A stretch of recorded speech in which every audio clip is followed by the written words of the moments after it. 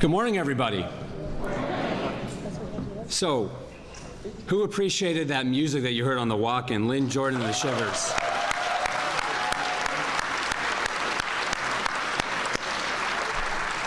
So what you have to know about Lynn, and I don't know if she's in here, but today is her birthday. So we have to say happy birthday to Lynn. So everyone on 1, 2, 3 will say happy 1, 2, 3. Happy birthday. Thank you so much for joining us here today. My name is Samir Mayakar, and I'm so proud to serve as Deputy Mayor for Economic Development for Mayor Lightfoot.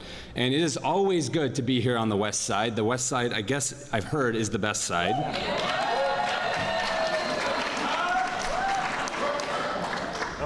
I'm a South Sider, so I guess. First of all, we want to say thank you to the entire Carine Center team who's here, Ed and Sharon. Thank you so much for hosting us. They are a recipient of city funding, and this is just a beautiful venue for events. So thank you to the Carine Center. And to all of you, the small business owners, the investors who are here, the community members who've helped identify a lot of these projects as a priority. What Mayor Lightfoot stands for is inclusive economic development. And what we're doing today is really a testament to all of you, because she made a priority with our partners in City Council to do the first social impact bond in the history of the city. And that's what's making this announcement possible today, where we will announce over 79 projects winning nearly $50 million of grants, mobilizing over $100 million of investment.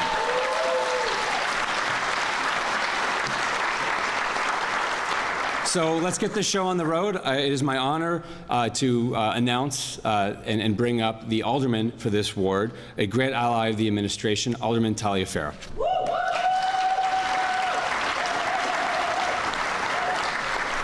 Good morning, everyone. I say good morning, everyone. Whenever there's $100 million being given away, you got to show that reaction to it. So good morning, everyone. Yes, there's some smiling faces out there today. The first thing I did, well, first let me welcome you all to the 29th Ward.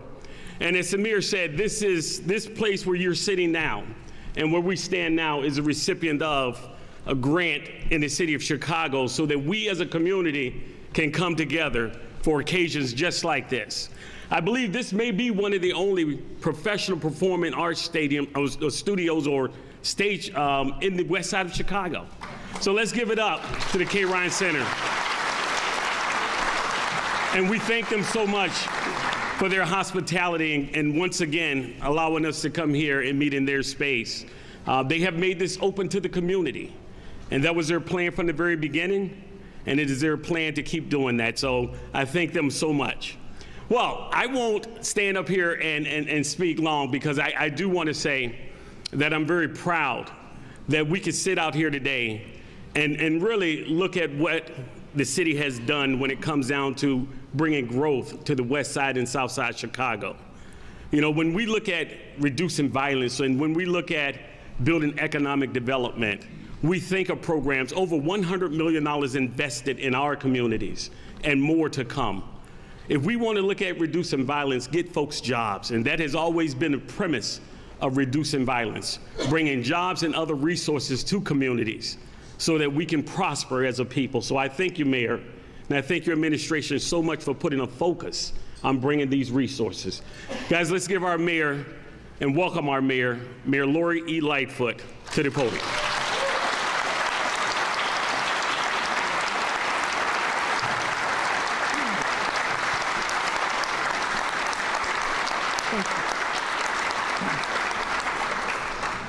Thank you for that welcome, and thank you, everyone, for being here. As Samir said, this would not be possible without collaboration and partnership with the members of the City Council. I want to recognize, in addition to Alderman Taliaferro, the other members of the City Council who are here supporting their businesses that are grant recipients. Let me start with Alderman Jim Kappelman. Alderman, why don't you stand up and give us a little wave?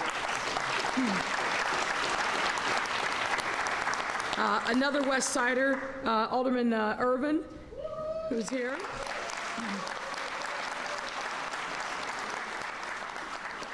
A a South Sider who apparently got lost on his way someplace else, Alderman Howard Brookins. Thank you, sir, for being here. And I'm going to call him a near West Sider. That's Alderman Dan Laspada. Thank you, Dan, for being here. In addition, we have the Department of Planning and Development Commissioner Maurice Cox. We have POTR Board Chair Jennifer Guzman, and of course, all of our finalists, two of whom you'll get to hear from in a moment. You can clap for that.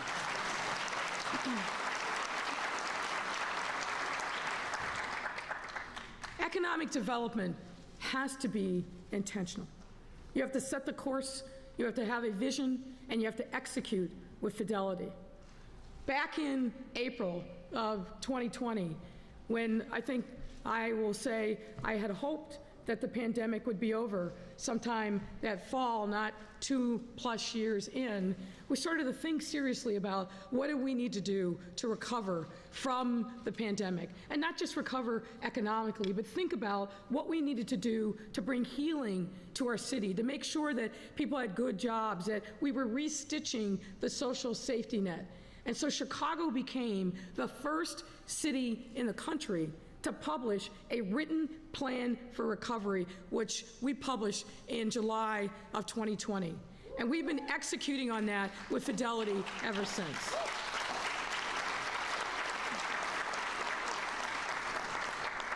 And how we do this, obviously, is building real opportunity in our neighborhoods, to understand where the challenges are, but also where the opportunities are. And you heard from other speakers that just this past May, we kicked off the Community Development Grant Program by announcing our first cohort of finalists, which were awarded a collective $33.6 million.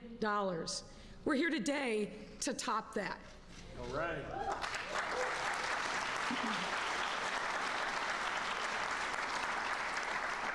This is our second cohort.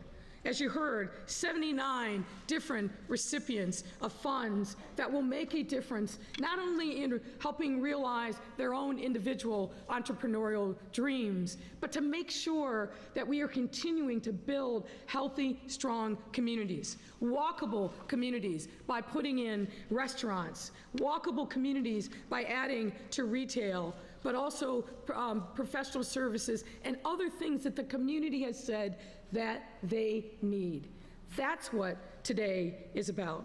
So the Community Development Grant Program is a part of the Chicago Recovery Plan, which represents a once-in-a-lifetime opportunity to create an equity-based economic and investment strategy that will lead to sustainable economic recovery from COVID-19. So let me just spend a moment on this word, sustainable. We don't want one and done. We want to create economic opportunity that catalyzes an area, catalyzes a block, a street, a neighborhood. And I'm going to talk to you in a moment about a couple of examples of that.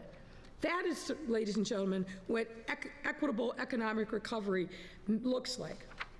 The Community Development Grant Program is an important part of this effort, as it's centered around our commitment to strengthening local business corridors and enhancing neighborhood vitality.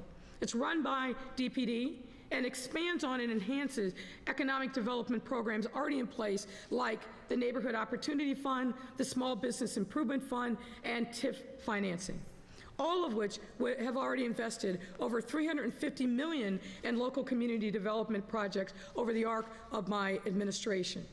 Now, the plan that we are announcing today helps us also continue the momentum that we saw in 2021, where we had a remarkable economic recovery, ending with 173 companies either relocating to Chicago or expanding the Chicago footprint, branding 12 unicorns that are businesses that are valued with at $1 billion or more. And we've seen that we are continuing to go on that path yet this year. So economic development, which features relocations and expansions, low unemployment, and economic development, is what we are about. In order to keep this momentum up, We have to make sure that all of our neighborhoods are part of that recovery, and that's why the Community Development Grant Program will help us do just that. So today, 79 projects will be financed. These finalists hail excuse me, from 36 different community areas. They will collectively receive $49 million in recovery funds, making the amount of investment this year almost $83 million, and we're not done yet.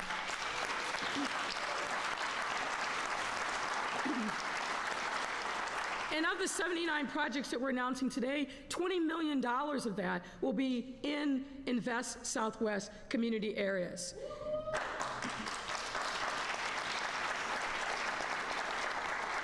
And folks, we are on track this year to get to $2 billion in Invest Southwest projects by the end of this year. And Austin, of course, is one of the communities that is featured in Invest Southwest. We prioritize Austin and other areas of the West Side. I want to talk for a moment about what's happening along the Chicago Avenue corridor in particular. You can see the change that has come. And that is precisely because of Invest Southwest multi-pronged investment approach, which utilizes public funds and private and philanthropic dollars. We announced Invest Southwest here in Austin almost 3 years ago, over at the Alme Creations, which was an NOF grantee. Their collaboration has strengthened the ecosystem and opportunity and resources we've been working to build on the West Side. You've heard me say this many times. As the West Side goes, so does the city of Chicago. If we can turn around the fortunes of the West Side, we can do it anywhere in our city.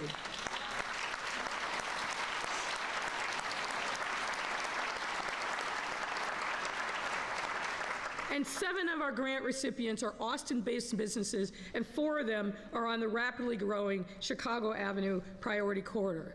One of these businesses is Batter and Berries, which has partnered with, you can clap now, which has partnered with Juan Teague to provide residents and visitors alike a new place to hang out and have breakfast or lunch. And if you've not patronized Batter and Berries in Lincoln Park, you are in for a treat when they come to the West Side.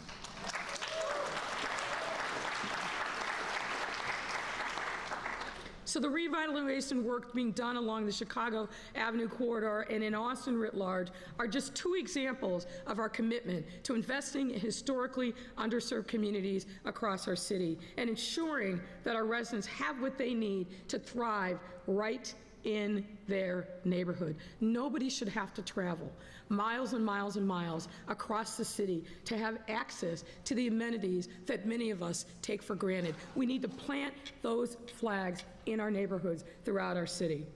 And I'm sure many of you noticed we're here celebrating over 40 food-related businesses, which will help bring healthy, fresh food options to residents. I want to highlight in particular, our commitment isn't just about making sure that we have restaurant options for people in neighborhoods. We need to be solving problems, one of which is making sure that we continue to eliminate the food deserts that plague too many of our communities. And one of those solutions that's getting support today is from Yellow Banana, which will be acquiring and refurbishing 6 Save-A-Lots across the city, including one in Auburn Gresham.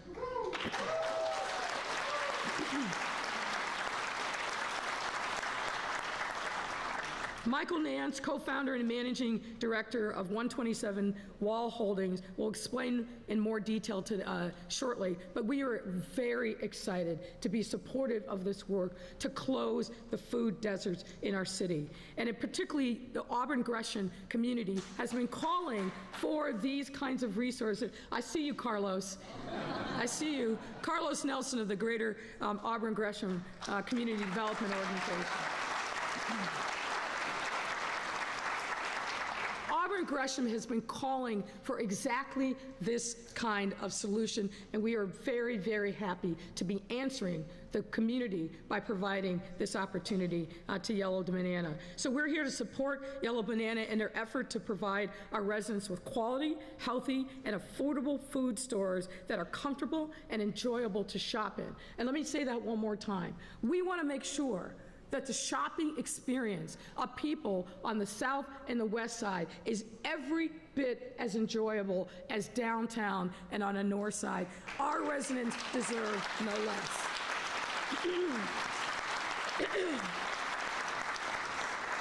They and the rest of our grant recipients are prime examples of what the city letting local residents lead when it comes to identifying the resources they want in their community. I hope you now know, for 3+ years in, that we don't do for community, we do with community, which starts with listening and making sure we understand what the needs are, and then work in partnership and collaboration to fulfill the wishes of the community. And the Auburn Gresham issue is just one of many examples of that.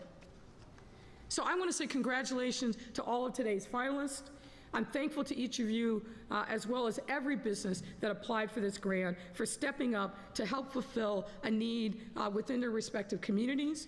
And for those who are still out there and looking for funding for your entrepreneurial idea to bring a catalytic vision to your community, please don't forget that our next round of applications closes on August 19th. There is time, and we want to make sure that we see you applying for this funding. You can go to the Department of Planning website, and they'll be more than happy to help you with applications. So on behalf of myself and the leaders that I represent here in city government, we are grateful for you. We look forward to watching your businesses thrive, and congratulations to the 79 finalists today.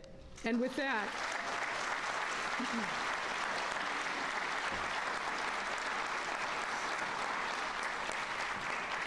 let me bring up Commissioner Cox, who will walk us through what the finalists are and who is getting the dollars and the support. So, Commissioner Cox.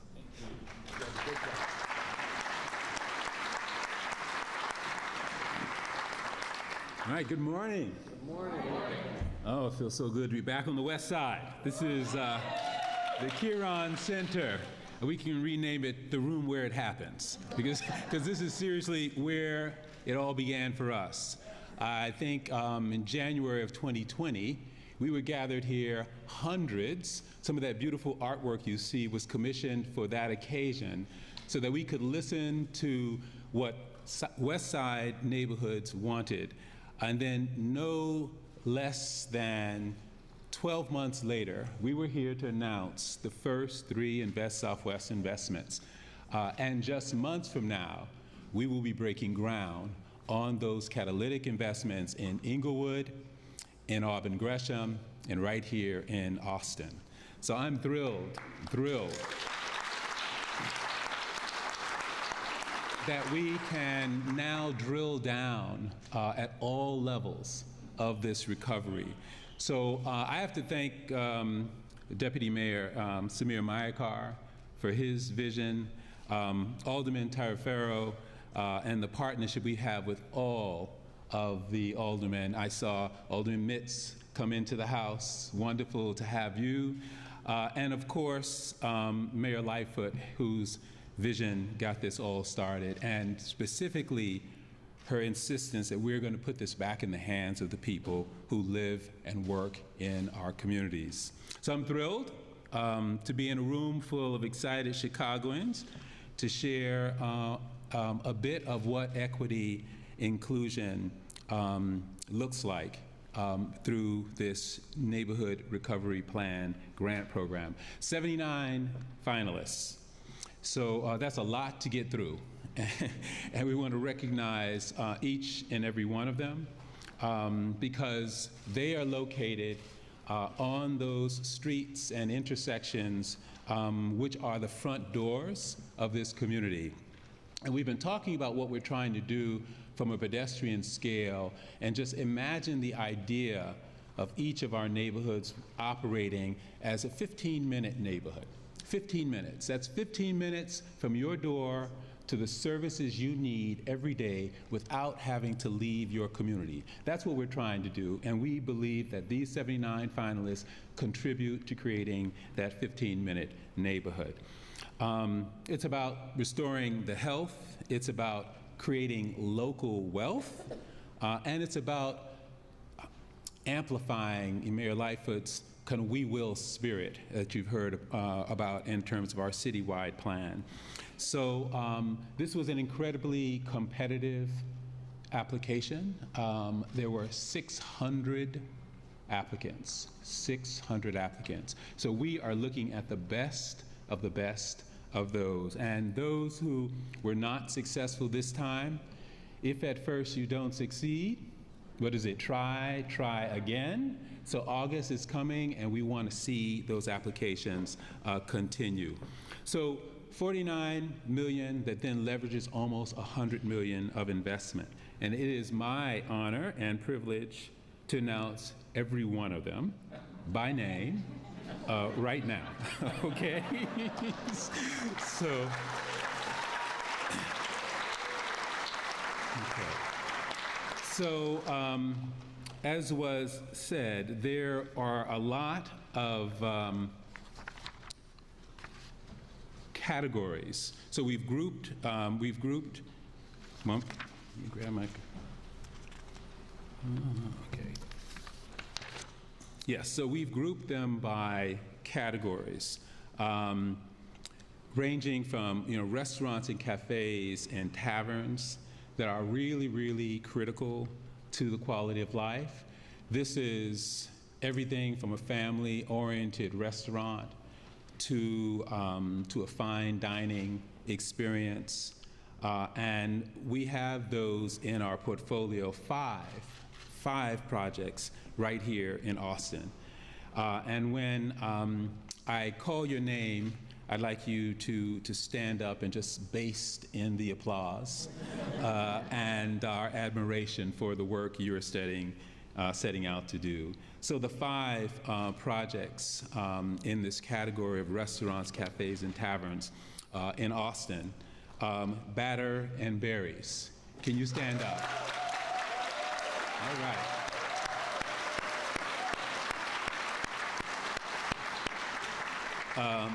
Spill the tea. It's Spill the Tea in the house. All right.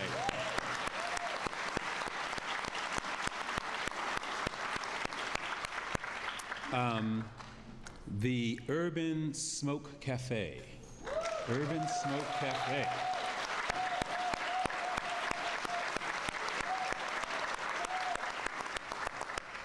And La Calle Larga. La Calle Larga. All right. And last but not least, the Ave Cafe. All right.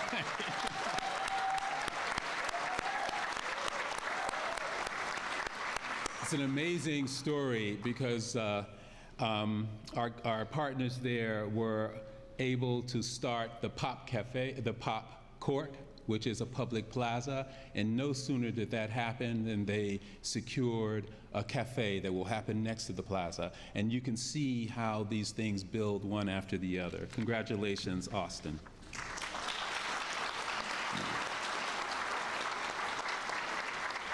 So going across the city, as was announced, 36 different community areas are represented. So in Avondale, we have Thatu from Avondale.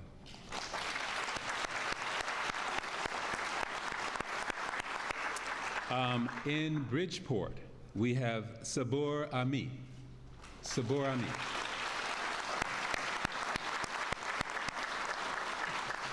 In East Garfield Park, we have Inspirations Kitchens. All right.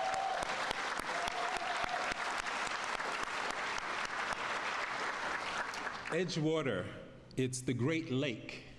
The Great Lake.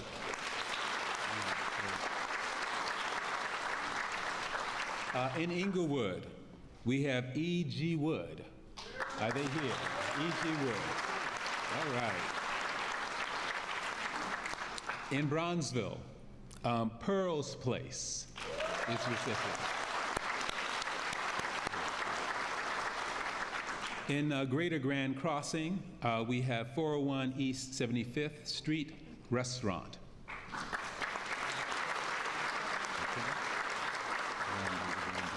In Humboldt Park, we have Irandi Restaurant.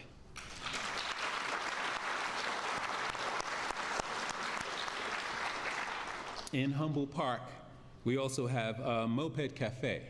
Moped Cafe, nice. And then on the lower west side, we have Tequera Palacio.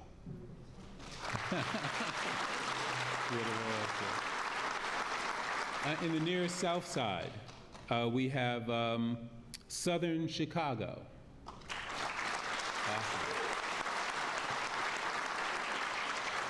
Awesome. In New City, we have the Park Supper Club.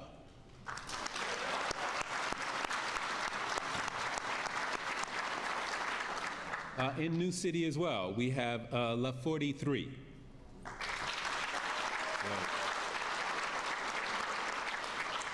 In North Lawndale, we've got 1440.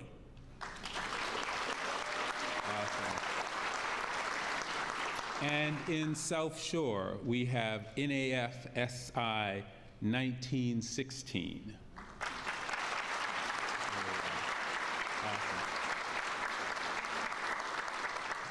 In South Shore as well, we have the Greenhouse Restaurant. Greenhouse Restaurant. In South Shore again, we have the Majani Food Emporium.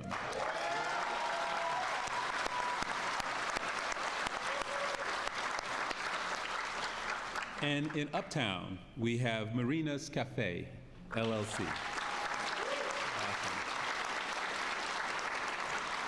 So our final two restaurant and bar finalists are both in Edgewater, and both are LGBTQ owned. So WG Tavern, in-house.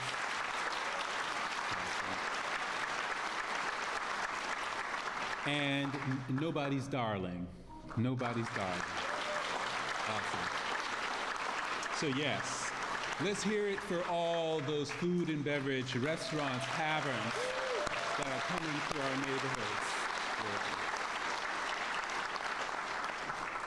So now, let's move on to the second category, which is incredibly important, the food companies that are the part of a vital ecosystem of health and well-being in our neighborhoods. These include grocery stores, supermarkets, food vendors, and caterers.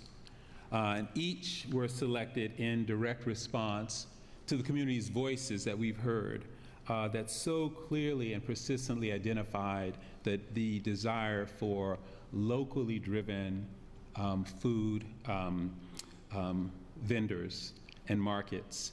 And this department and this administration is responding in a very, very big way.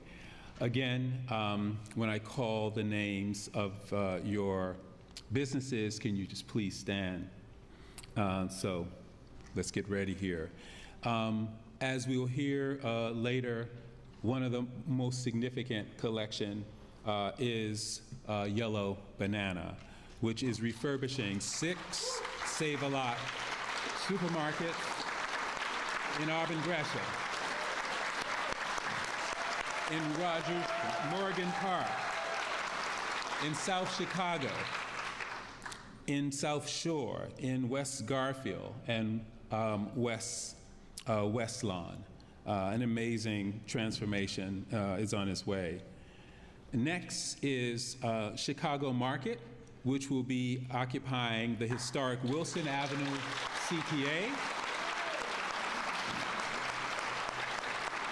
Thank you, gentlemen.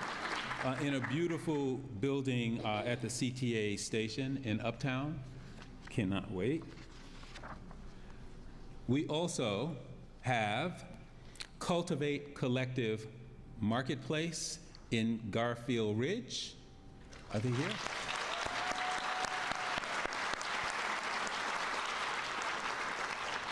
And in West Garfield Park, we have Duell Fresh Market.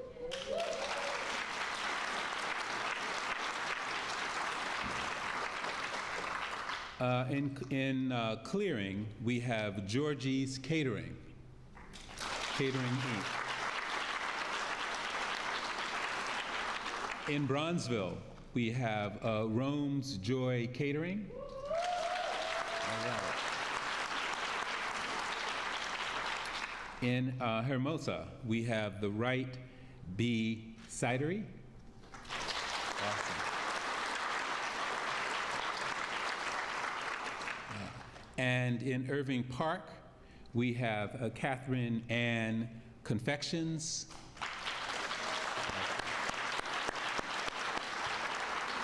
And in Bronzeville, we have the Little Black Pearl.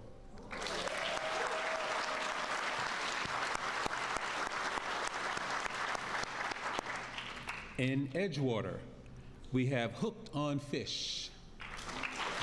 Awesome. And in Logan Square, we have the Tiny Shop.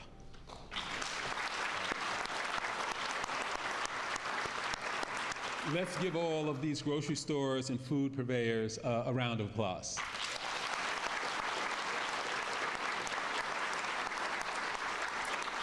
Okay, wow, we're almost halfway there. So let's move on to the arts and culture organizations that mean so incredibly much to establishing our neighborhood character. So our finalists in this category, in Austin, we have the Front Porch Arts Center.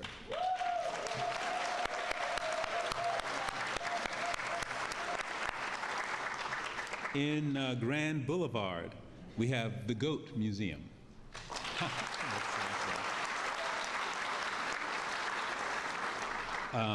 In Hermosa, we have in Las Tablas, Performing Arts Center. In McKinley Park, we have McKinley Park Community Arts.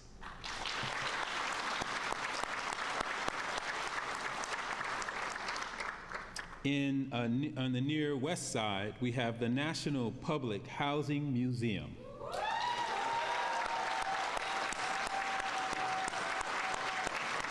Here we go.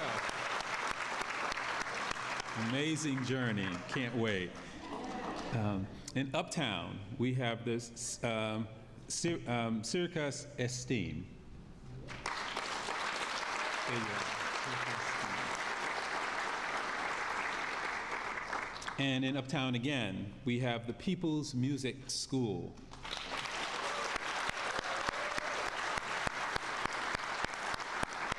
And in Humboldt Park, we have the Facility Theater Community Arts.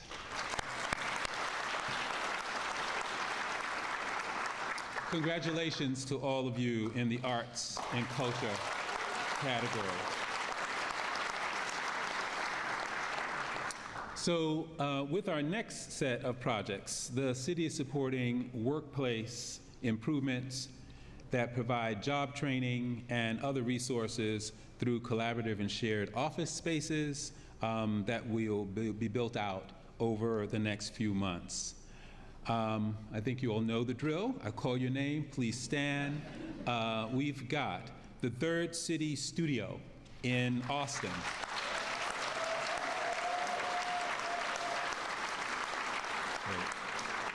In Chatham, 7900 South Drexel Avenue.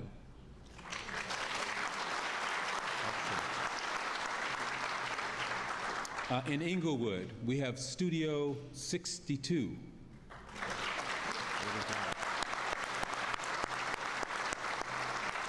In North Lawndale, the Duo Development. Excellent. Great. Awesome. In Roseland, far south side, we have 9818 Lofts.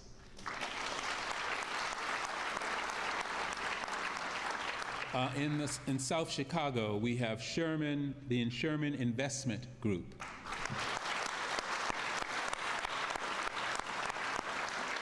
And in South Shore, Harvest 20.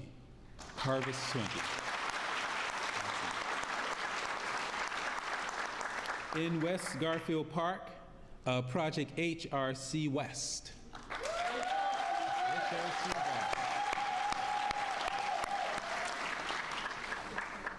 West. And in West Garfield, again, the historic Mirandor Building redevelopment.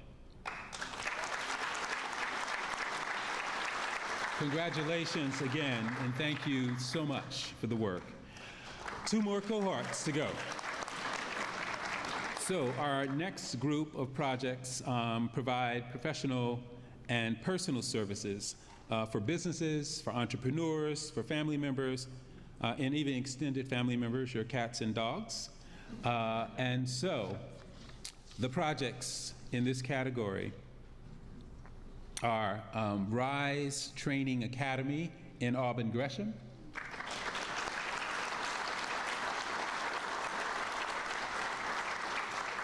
in Beverly, the Viola Day Spa and Wellness Center. Awesome, all right. In Dunning, Wonderland Child Care.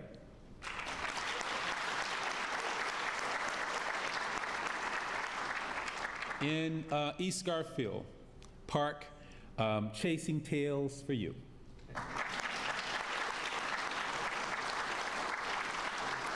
In Humboldt Park, The Block.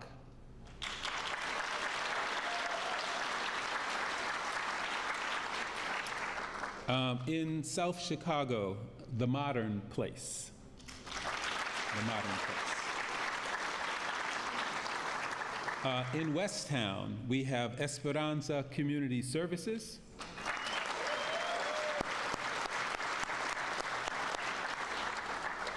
In Avondale, we have Level Architecture.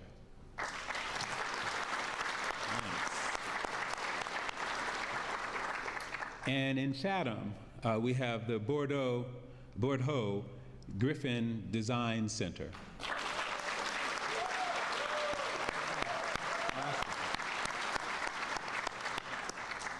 Irving Park, the Building Project in Irving Park.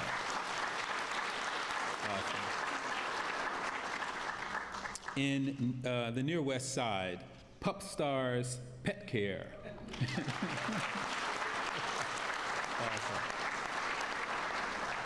And in South Shore, the South Shore Tile Company. So let's give all of the finalists in personal and professional services a round of applause.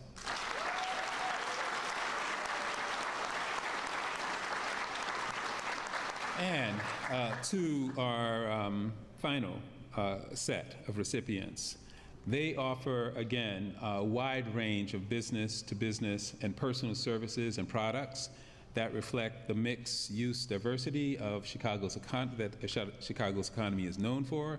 And without further ado, they are Clark Tire Services in Rogers Park, in New City, Cedar Concepts, in Chatham, Carol's Place, LLC.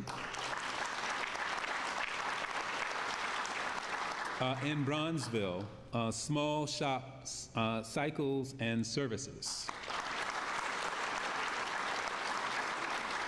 In Hermosa, Nessa's Care.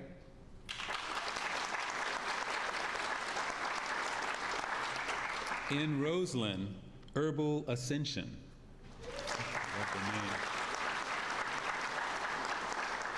In Little Village, Rosadre Rosadri Care in Little Village.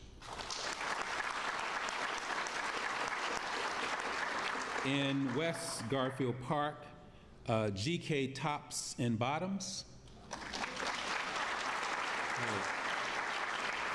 And in Woodlawn, the Urban Market Exchange. Bravo.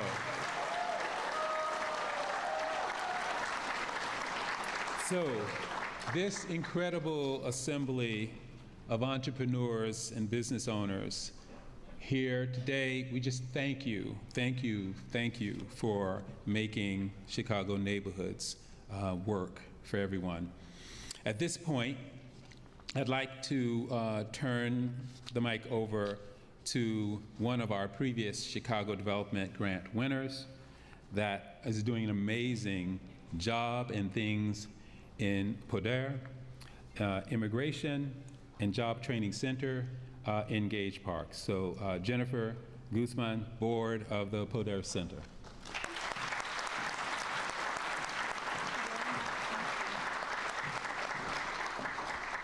Wow, is it humbling to be sharing a room with such amazing community leaders and entrepreneurs. Congratulations to all the new recipients. As Commissioner Cox said, I am Jennifer Guzman, proud and humbled board chair of Poder. Poder was a first-round recipient, and thank you very much to the Chicago Recovery Grant. We have been able to accelerate our reuse project, thus getting to more community impact faster. I am so grateful to be here with all of you today. Through a deep commitment to the needs of our area's growing immigrant population, Poder provides critical language and workforce development programs that have both immediate and long-term impact for families, communities, and employers. Poder is an immigrant integration center that empowers adults to seize opportunities in Chicagoland through comprehensive, tuition-free English education and job training programs. We empower Latino immigrants with the skills needed to fully integrate into the U.S. and the mainstream workforce. Almost 15,000, that's the right number, Latino immigrants have benefited from the programming provided at Poder. I have had the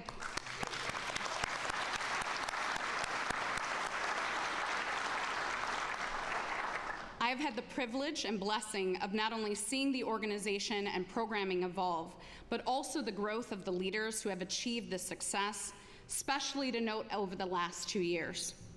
When the pandemic began in 2020, Poder quickly pivoted programming to be able to serve participants remotely.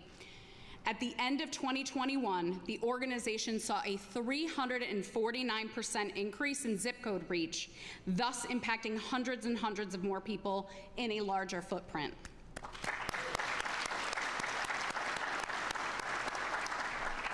I remember when I joined the board 11 years ago, we had about $15,000 in the bank and a $750,000 budget. I remember leaving board meetings in Pilsen on Allport wondering if we were going to be okay. And now we're here. 90% of a $6 million goal for our first ever capital campaign, a $7 million budget.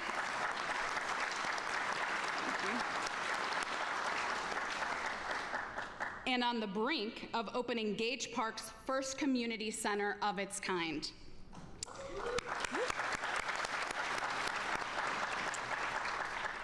What began in late February this year, Poder HQ is a hope-inspiring, energy-injecting, adaptive reuse project that will convert a long-dormant building and adjacent vacant lot into promise in the form of a first-class immigrant integration and job center that will serve as an anchoring agency accelerating economic growth and contributing to a thriving and safe community. The COVID-19 pandemic has only exacerbated the fragility of Gage Park, a historically distressed and excluded community. I just lost my place. Further increasing the need for immediate impact. Set to open its doors this fall, hopefully October 1st, Poder HQ will be a regional headquarters for the nonprofit while serving as a neighborhood anchor for the Gage Park community. The existing asphalt lot will be repurposed into a community plaza or what we like to call a Zócalo, and become a focal point for the development of the neighborhood. For example, Illinois is the first state to recognize National Support Latino Business Day. So on September 14th, we will open the Zócalo to host, together with DCEO, GSDC, the Southwest Collective, a business expo, a special event for special events. To date, Poder has received commitments of $5.6 million via grants, donations, equity, and closed on a $3.3 million construction loan from IFF in November 2021, including the $2.75 million we received from the Chicago Recovery Grant.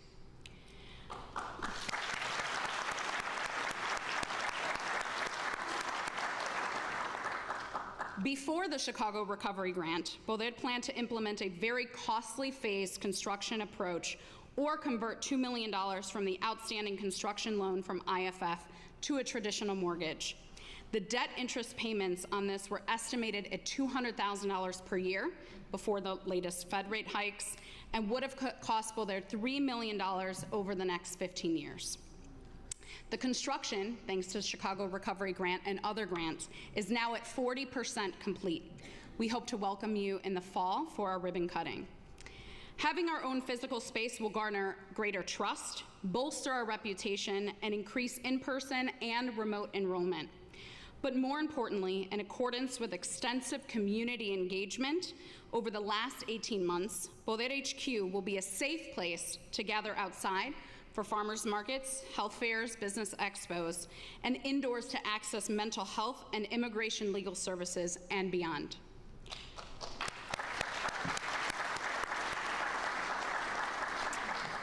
All of this leading to the successful societal and workforce integration of our participants and their families, with a ripple effect to be felt by neighbors, local employers, and ultimately the greater Southwest Side. Ultimately, Poder will measure our own program success not simply by the number of job placements, but by careers that economically empower our graduates and offer opportunities for investment, advancement, equity, and ultimately upward mobility. With increased square footage at HQ, Poder will offer additional cohorts without the operational hour constraints imposed by our current satellite site partners. Poder will also expand our employer network as we increase our job placement rates of 80% and wage gains of 30%.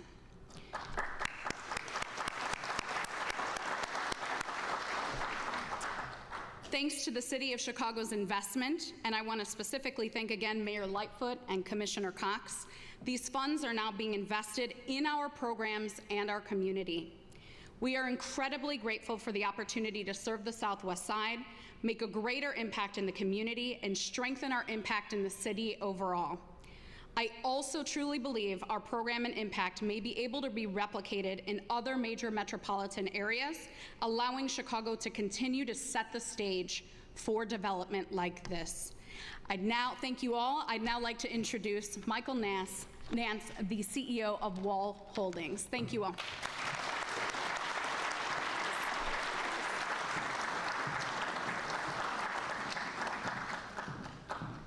Thank you, Jennifer. Mayor Lightfoot, Deputy Mayor Samir, Commissioner Cox, on behalf of 127 Wall and Yellow Banana, I'd like to thank you for this tremendous grant award. It's truly humbling.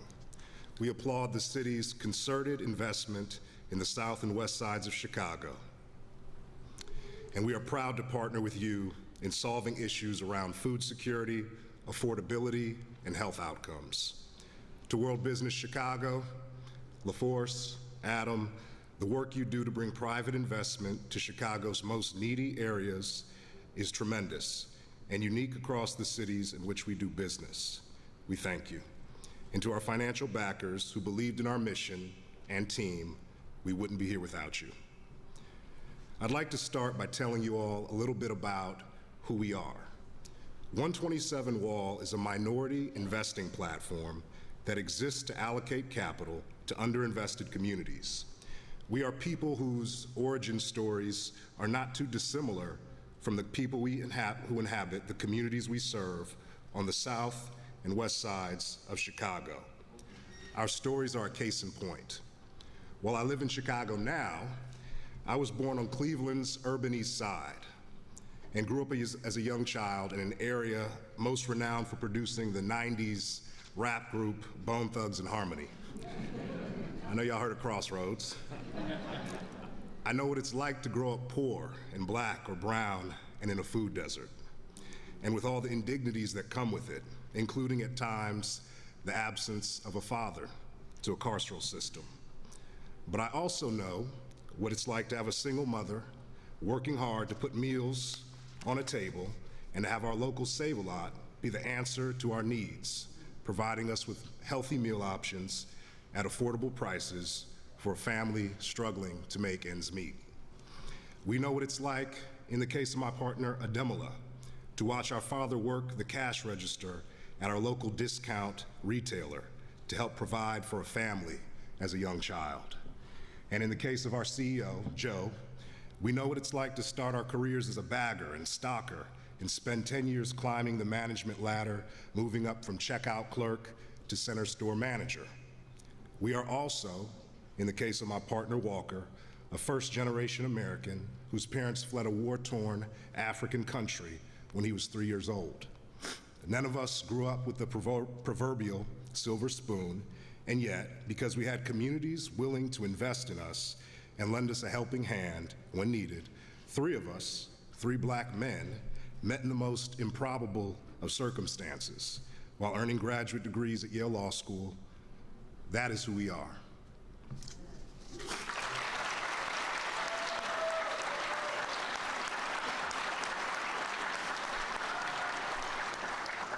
Yellow Banana is proud to operate 38 grocery stores under the Save-A-Lot banner across Chicago, Cleveland, Milwaukee, Jacksonville, and Dallas. The work we are doing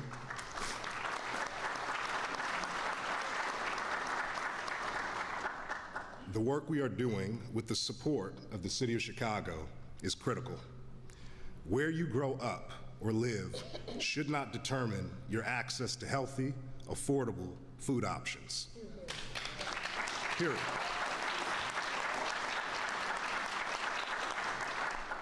As we thought about tackling this issue roughly a year ago, we were moved by a 2006 report by Mari Gallagher that provided evidence, based in Chicago, that the lack of access to healthy grocery stores had a statistically significant relationship to an increased incidence of death by diabetes, cancer, and even liver-related disease.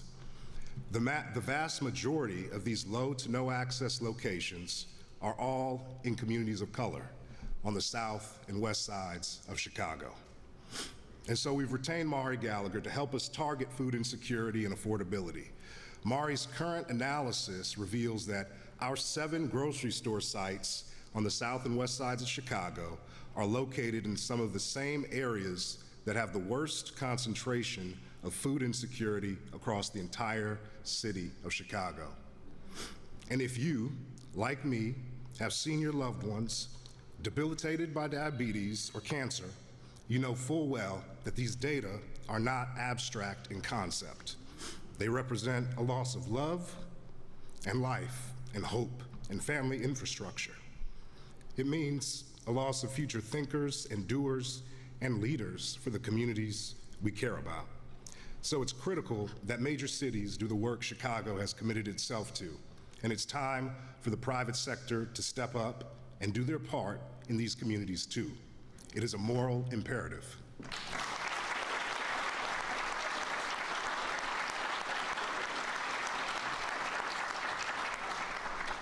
Today's grant from the city will help us solve this geographic access problem, and in many of these locations, and ensure that food remains affordable to families, especially in this inflationary environment. With this nearly $13.5 million from the City of Chicago, we will be able to fundamentally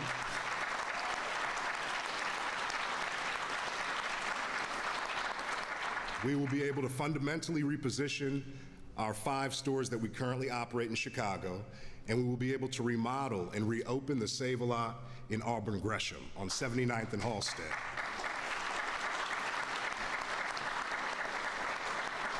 Thank you, Carlos. and this is a store that's been shuttered for over 2 years.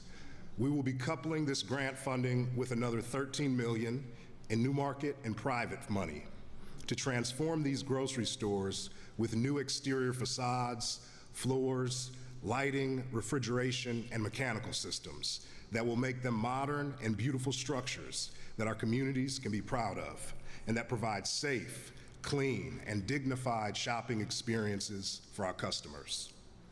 This grant will ensure that we can create and preserve dozens of jobs in our communities and continue to provide our employees with living wages and strong benefits packages, including a matching 401k program and incentive-based compensation for our store managers and district managers.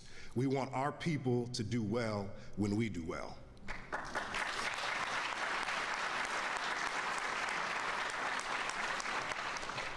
It will make it possible for us to pilot transportation programs to ensure that the elderly and folks with no access to transportation can gain access to our stores. And as independently owned local operators with Save-A-Lot support, we will have the flexibility to ensure our product selection is targeted to our customers' needs.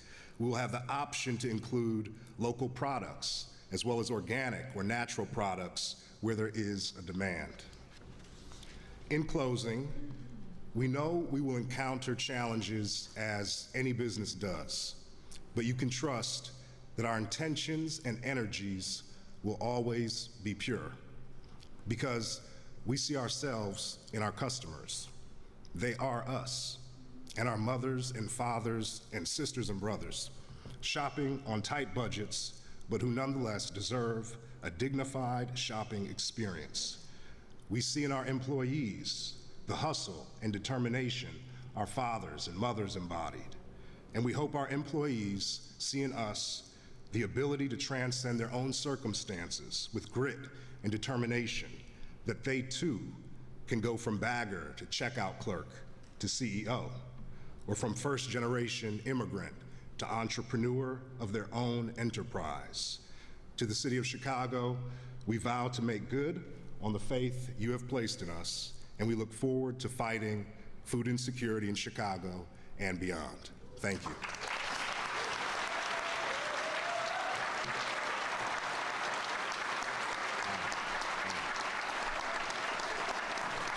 Next.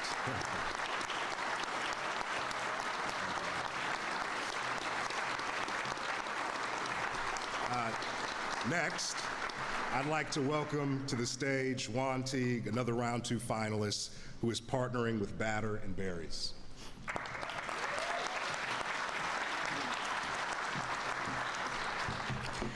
Good morning, everyone. I am still in awe as this has been a 3-year journey for me.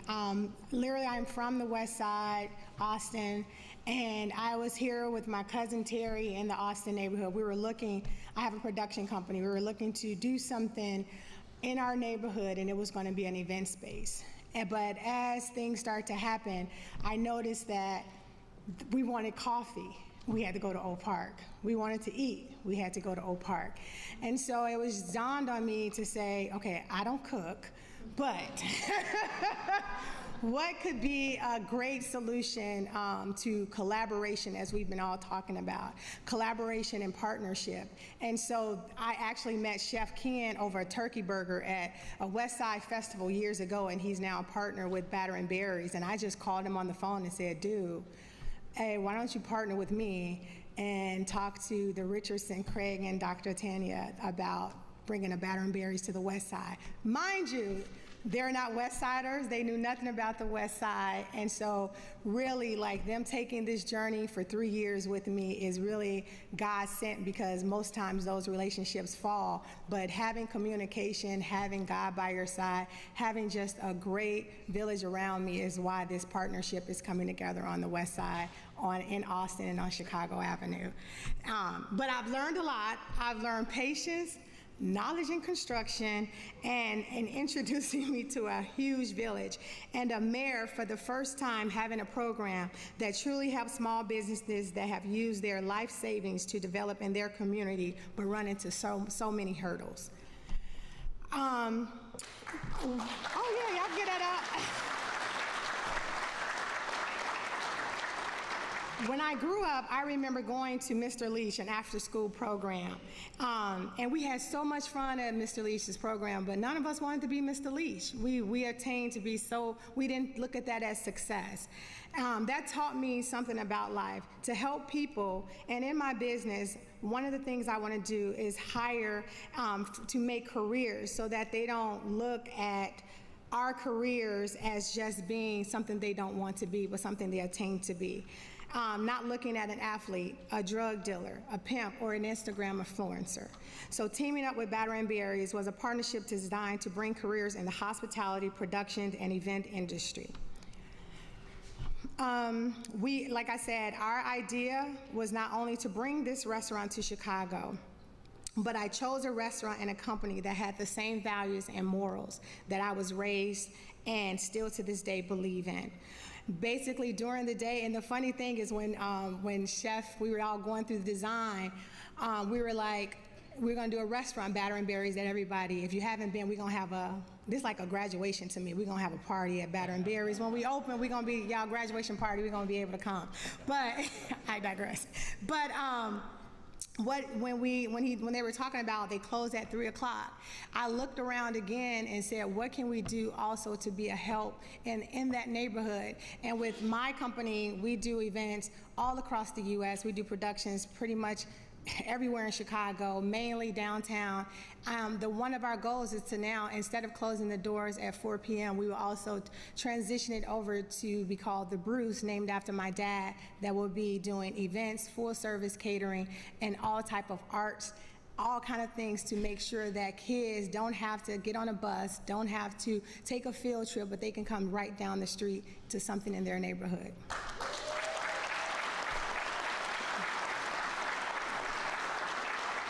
So with that collaboration, we couldn't be the only thing that's popping over there. So just seeing the other NOF awardees like Laila with Batoy Sweet Treats, who's will be right across the street from us, Latricia with El May Creations. You have, there, give it up. TNC Fitness Club. And we also have that Laramie Bank building, which I think is going to be phenomenal as well, with a blues museum, a bank, cafe, and also apartments too.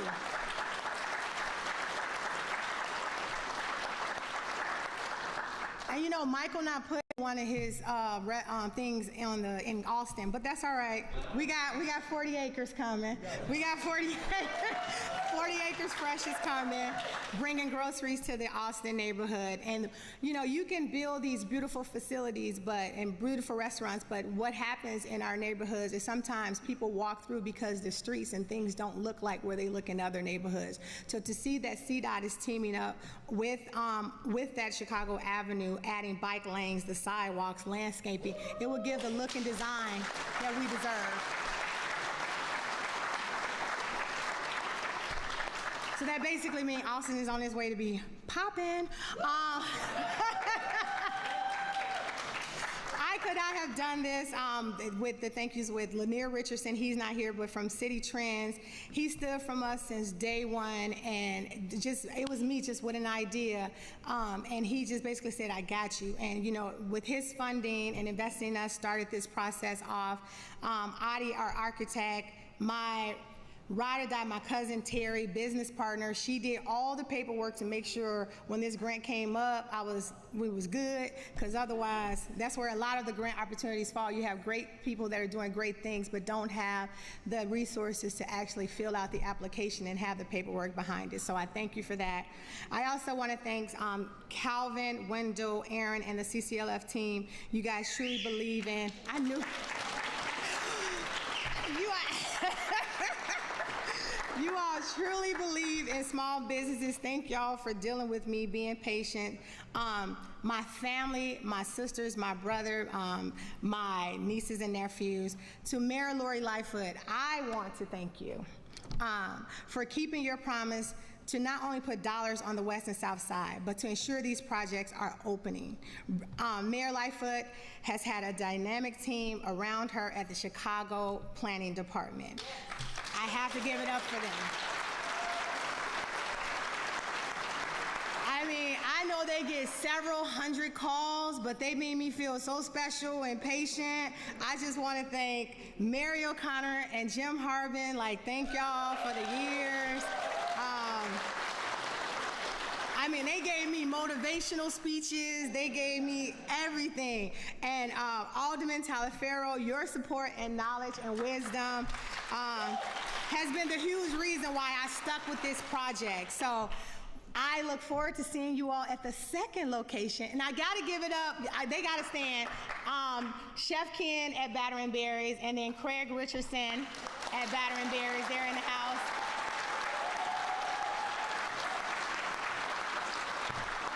So thank you all, and I look forward to seeing you all at Batter and Berries and the Bruce. Yeah. Last but not least, I want to introduce Commissioner Michael Cox, who basically has made a big difference in making sure these opportunities happen for small people like us. So thank you.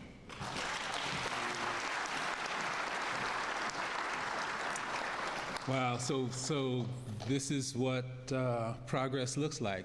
This is what the community building its own resources looks like, and it's just been thrilling to support all of these entrepreneurs.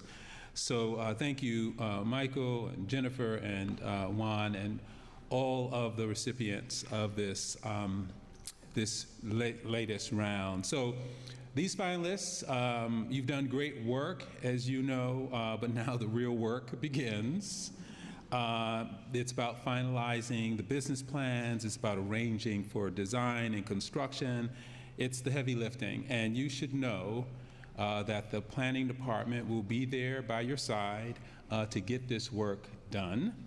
And I just want to thank everyone for being the change makers that Chicago needs. And as it's been alluded, there are many, many, many people who have helped us along this journey. I have to give a shout out to my team at the Planning and Development Department, World Business Chicago, the Mayor's Office. Could you just stand up and receive our, if you're in the house and you know you are a part of this, there they are.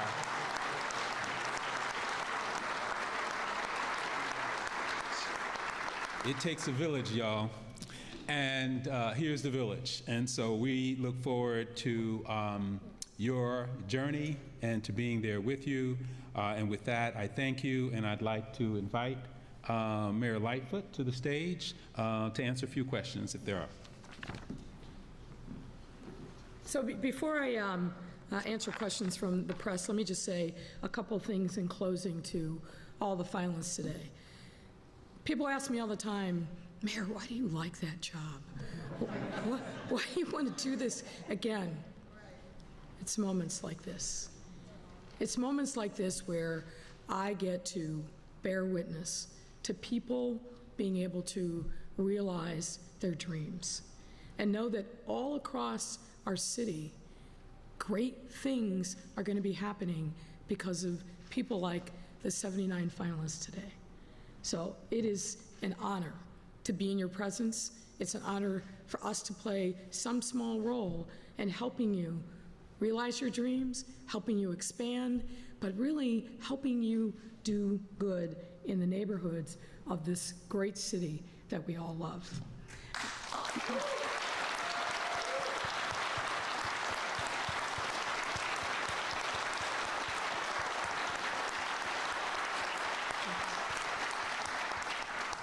I also want to say that we called you intentionally a cohort. That gives you an opportunity to get to know each other. It gives you an opportunity to help and support each other through thick and thin. You know this. Being an entrepreneur is hard. It's hard work. It's a lot of sacrifice. It's not a 9-to-5 job.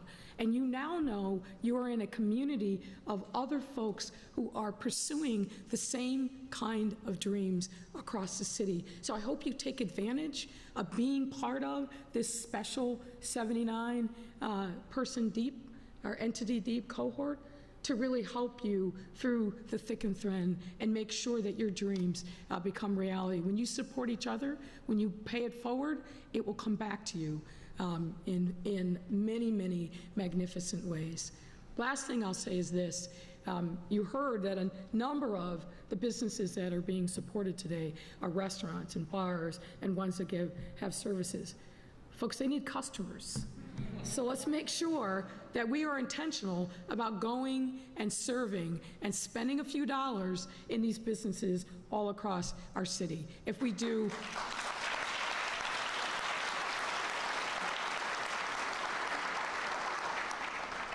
that, then we will help fuel the next round. And I just want to say again, we've invested now about a little over $83 million just so far this year. Next round of applications closes August 19th. Please, if you know of someone, if you're interested, make sure that you get your application in, because this, all of you, is what we mean when we talk about equitable, inclusive recovery.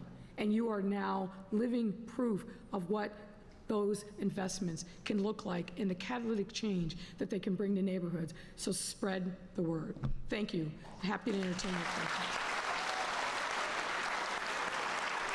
Thanks a lot, Mayor. Members of the media, Asha and I will bring down the mic. 2 questions per reporters, and we'll start off with Talia on topic. Tribune. Hi, Mayor Lightfoot. Thank you for having us. I'm Talia Salgan from the Tribune. It's my understanding that the city expects to close on the Aldi in West Garfield Park this summer, and I was just wondering when residents there can expect to see a grocery store up and running, and if you can share any details about what kind of grocery operator you're looking at there. Well, we've been obviously working, I guess he fled, Alderman Irvin and the community members from the very beginning. The way that Aldi closed without any notice to any community members, and importantly, without any notice to the employees, I think was the wrong way to go about the business. We now know that they've closed the second one in similar fashion, and frankly, I said this at the time, and I feel very deeply about it. If your business isn't succeeding, that is one thing. Come to us and we will try to work with you to help support it. But if your business isn't succeeding and you make what I think is always a tough decision to close, don't blame the community and make them out to be thieves and worse because your business didn't succeed. Aldi's should be ashamed of the way in which it's handling itself. She cannot just have lucrative stores on the north side and abandon the south and west side. And I'm saying this loud and clear to them. Our expectation is that if they're going to make a business decision, then they do it in a way that is consistent with our values, which is you respect the customers and you respect the workers. And the fact that Aldi won't engage in these communities to have a conversation about what happened, that's not going to be acceptable to us. So Aldi's, hear me loud and clear. We will come to the table and talk and work with us, or there are going to be major challenges for you in the city of Chicago. Sorry, Mayor Lightfoot, sorry if I wasn't clear. So I was asking specifically about the city's plans to close on the property. Understood. Yeah. The city council approved that, I think a couple city councils ago, so we're moving forward, but obviously we want to do that in conjunction with the community led by the alderman and making sure that we have specific alternatives. That community needs a grocery store. There's no ifs, ands, or buts about it, and our team is working diligently to get there. And if we have more details, we'll be happy to share them with you. Tavia, Black Club. Hi, Tavia Reed, Black Club Chicago. Speaking of grocery stores, has Whole Foods disclosed when they plan to close their Inglewood location, and have there been any discussions of what store will fill that gap? There's been a lot of discussion really immediately with that community about what the community wants. And what we heard loud and clear is we must listen to the community to bring an option that makes sense. Whole Foods, in my estimation, never made sense for the corner of 63rd and Halsted. It just didn't. You know, there are not a lot of folks all over our city, but not in that area, that can pay $16 a pound for a steak. There are not a lot of people all across our city that can afford the kind of prices. Whole Foods is a great store, don't get me wrong, but I go there and I check my wallet and I know what my budget is and how much I can spend. So we've got to have community-driven solutions, and that's precisely what we've been doing from literally the day that the closing was announced, and we're working our way towards a solution, but we don't want to get ahead of the community engagement process. Will there be any opportunities to partner with either affordable stores or maybe like community-run locations that want to open there? We're looking at a lot of different options, but as I said, I don't want to get ahead of the process that we've been engaged with the community, but I'm confident that we'll come up with a solution to be an anchor there in that strip mall. And then obviously we're doing an Invest Southwest location just to, I guess it would be the north of that location. So we want to make sure that the synergies are right, but again, it's got to be a community-driven process. That community feels very insulted and very wounded by the way in which that announcement was made. Thanks, Mayor. Craig Wall, ABC 7. Mayor, welcome back. Thank you. First of all, I wanted to just ask you, this morning the council committee passed the ordinance to tighten the drag racing and drifting penalties. You've probably seen the video at Clinton and Monroe. Could police have done anything different in that incident? And in light of the ordinance requiring people to be notified that their vehicle is going to be impounded, does it really have the teeth it needs to be effective?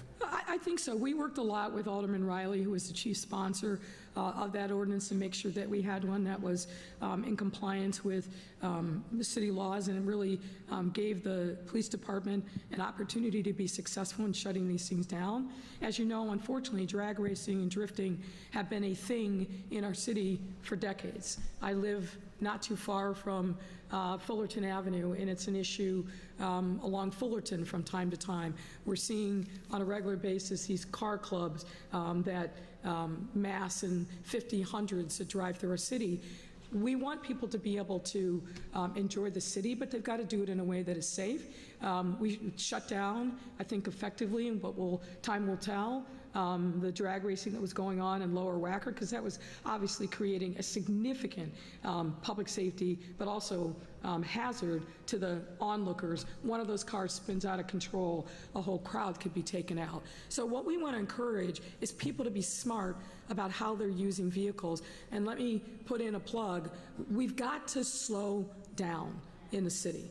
We lost 174 people to traffic-related fatalities in 2021, and that number still is increasing. Yet this year, we need people to be mindful of the fact that exceeding the local speeds, not being distracted while you're driving, looking at your phone, talking to people, whatever it is, can result in catastrophic consequences for pedestrians and other people in cars. We just need people to slow down.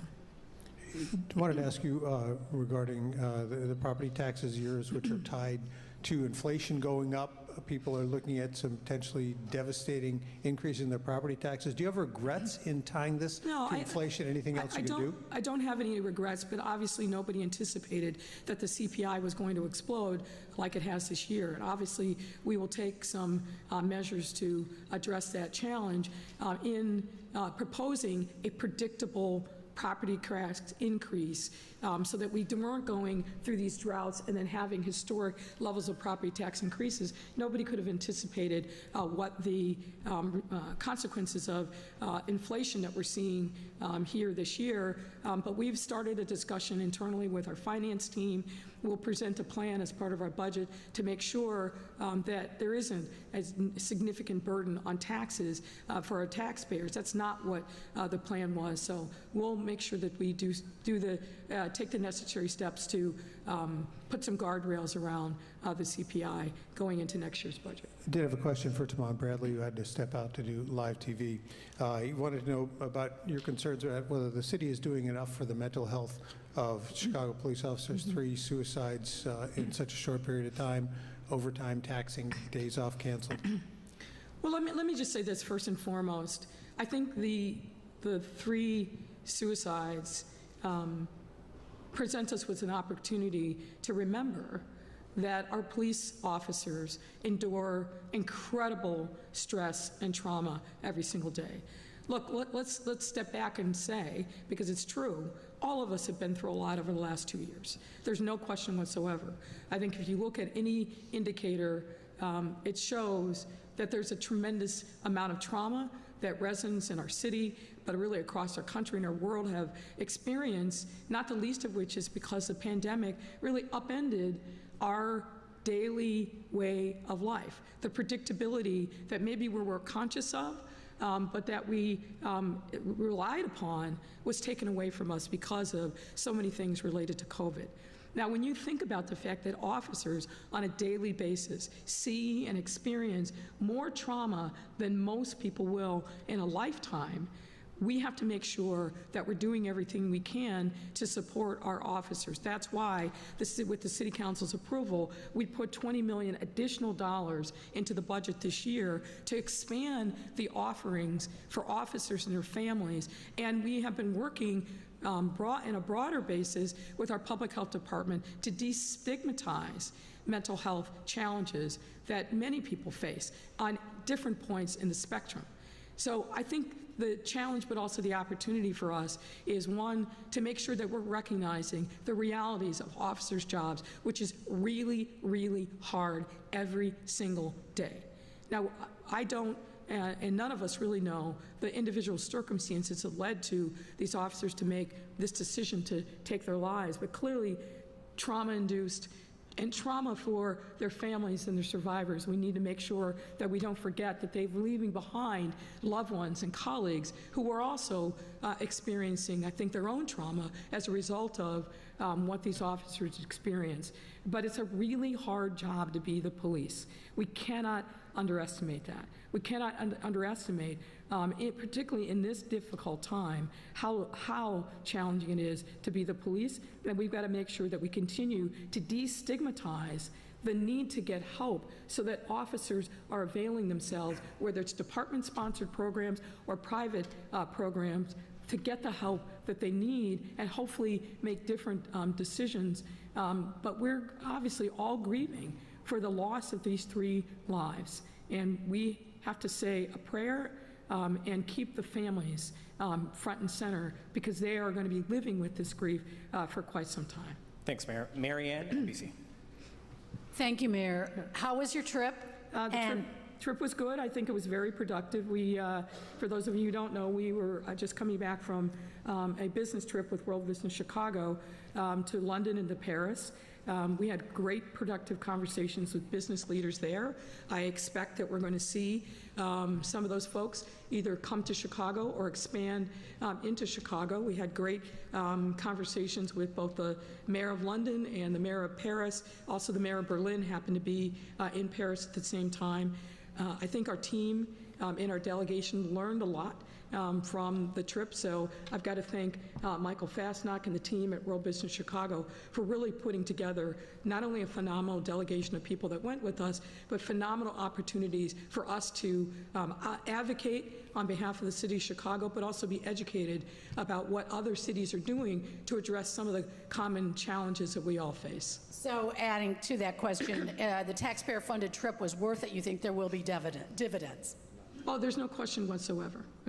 We had very productive conversations with a number of businesses in London and Paris. And, you know, as I said to them, the purpose of the trips is twofold. One is to educate and advocate for the city of Chicago and really open up their eyes. And for foreign businesses, they don't know enough about Chicago. So it gave us a real opportunity to really help them see the incredible benefits of doing business in a city like Chicago, and not just thinking about the coast, whether it's New York or Silicon Valley or other places in California. And I think we were able to demonstrate with data how they can get the same kind of return on their investment, an incredible talent pool, but at a much cheaper price point than what they would get in going to either coast, plus because Chicago is really, I think, the economic center of the upper Midwest, it gives them the opportunity to reach other customers and businesses all across the Midwest, not just specific to Chicago. So I think we opened up a lot of eyes, and it's my expectation that we will see businesses come to Chicago as a consequence of those travels. Speed cam vote this week. Can you explain how that's not a money grab when it makes so much money for the city? Well, and it doesn't seem to make a difference on safety. And I have one for Here's the number that you need to know. 174 traffic-related fatalities as a result of speed in 2021 alone. And that number continues to grow this year. It makes no sense for us to be increasing the speeds around parks and schools when we know what the horrific consequences are for pedestrians and for other drivers when the speed is exceeded in the way that's being proposed by Alderman Beal and the other people who voted for that. So one way or the other, I am not going to stand idly by and allow the City Council to do something that I know will be detrimental to the health and well-being of the city. And yes, of course, there are resources that come from that, but those revenues by state law are specifically defined in the way in which we can use them, using them for things like improving infrastructure around parks and schools to help slow down the traffic, but also funding things like safe passage. So that will be, if that bill were to go into law, and I don't anticipate that it will, if that were to go into law, it would create at least a $30 million deficit this year, which no one who is a supporter has said how we will replace that income, and then $40 million next year. I do not intend to go to the taxpayers of this city and ask them for more resources when the City Council may approve something that is absolutely antithetical to safety in our city and as fiscally imprudent as this one is. One question from Heather Sharon. The BGA determined that the changes you requested to the ethics reform proposal weaken the proposal. How do you square that with your 2019 campaign promise to increase transparency and root out corruption? I totally disagree with that. With due respect to the BGA, I totally disagree with that. One of the changes that I have pushed for is to make sure that the Board of Ethics, before it renders a decision, essentially acts like the Attorney Registration and Disciplinary does, which is we have a complaint. We think that the complaint warrants further inquiry, but we're going to give notice of the complaint to the target of the complaint, and we're going to give them an opportunity to respond before we make a decision. What the Board of Ethics does now is becomes judge and jury before they even give the target of the complaint an opportunity to respond. So if that's installing actual due process in the Board of Ethics process is something that the BGA is against, go figure. But for me, due process matters. And I want to make sure that the board is viewed with legitimacy and not as judge, jury, executioner before they even get the other facts from the person who's the target of the complaint. Thanks, Mayor. William Kelly. Thank you very much. Mayor Lightfoot, I can totally understand why you would think another $100 million in grants would buy you the votes necessary to win re-election. But the business experts and... This is okay, folks. This is what he's like. He works for a right-wing news organization, and he does this kind of stuff all the time. You feel free. Go ahead, sir. The business experts and the crime experts that I talk to say that downtown Chicago has already reached the tipping point. You have... Get your questions, sir. We go through this every single time that you come. The Palmer House...